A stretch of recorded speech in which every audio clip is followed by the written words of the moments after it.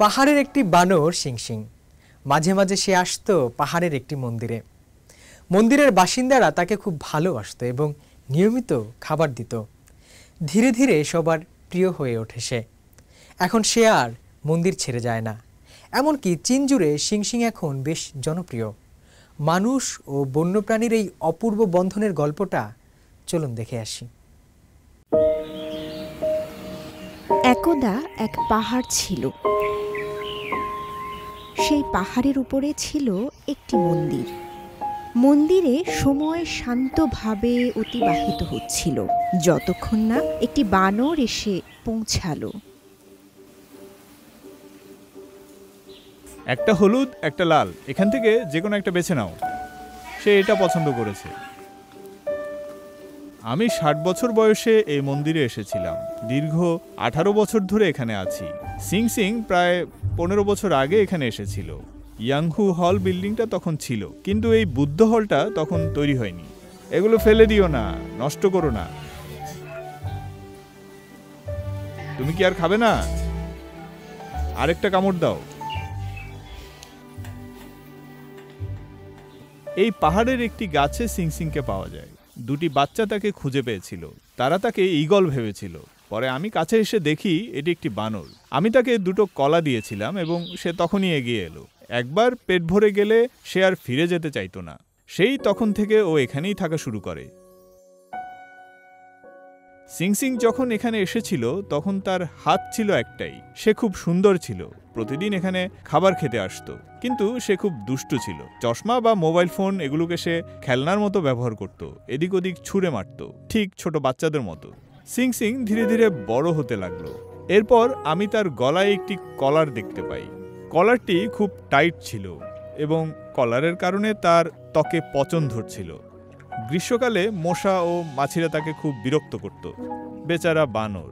আমি তার কলারটি খুলে ফেলার একটি উপায় বের করেছিলাম।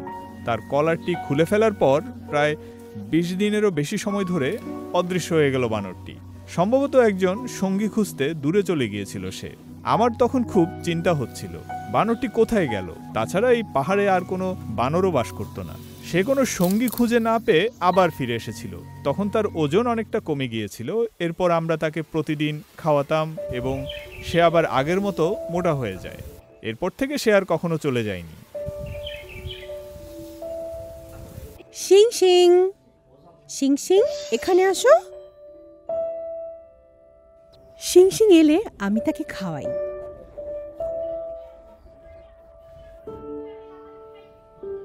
যদি সে না আসে আমি তাকে মিস করি। আমি প্রতিদিন তাকে হাত বুলিয়ে আদর করি।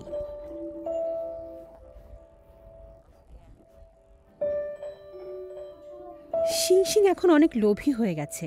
আমি যা খাই সেখান থেকে তাকেও একটু দেই। সে সব কিছু থেকে এক টুকরো খেতে চায়।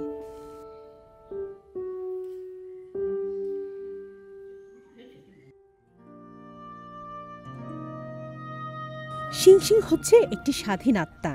যদি তার পেট ভরে যায় তাহলে সে বিকেলেই চলে যাবে, আর যদি না ভরে তাহলে সে থাকবে। আমি তসবিহ জপার পর তার জন্য কিছু খাবার তৈরি করব।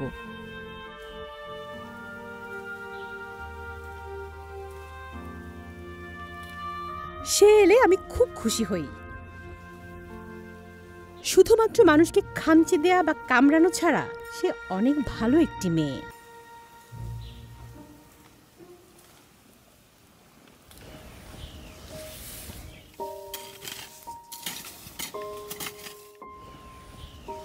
একটি বানরের জীবনে 1 বছর মানে মানুষের প্রায় 5 বছরের সমান। আমি অনেকের কাছে শুনেছি সিংসিং এখন 80 বছর বয়স্ক মানুষের সমতুল্য। সিংসিং খুবই সুন্দর। সিংসিং সুন্দরী। আমি 46 বছর বয়সে মন্দিরে এসেছিলাম। আমি এখানে প্রায় 39 বছর ধরে আছি।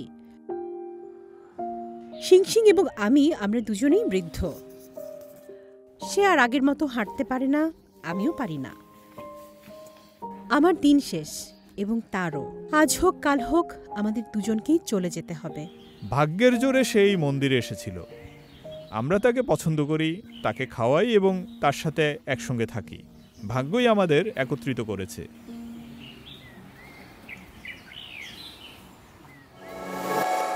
সামনে অপেক্ষা করছে আরো বহু বিষয়, আরো না বলা কথা। আজকের মতো এইটুকুই। আবারও ফিরে আসব আগামী সপ্তাহে প্রাণ প্রকৃতি আর বিজ্ঞানের নতুন আলো নিয়ে। সেই পর্যন্ত সুস্থ থাকুন, ভালো থাকুন, ভালোবাসুন বিজ্ঞানকে, সঙ্গে থাকুন প্রকৃতির। ধন্যবাদ।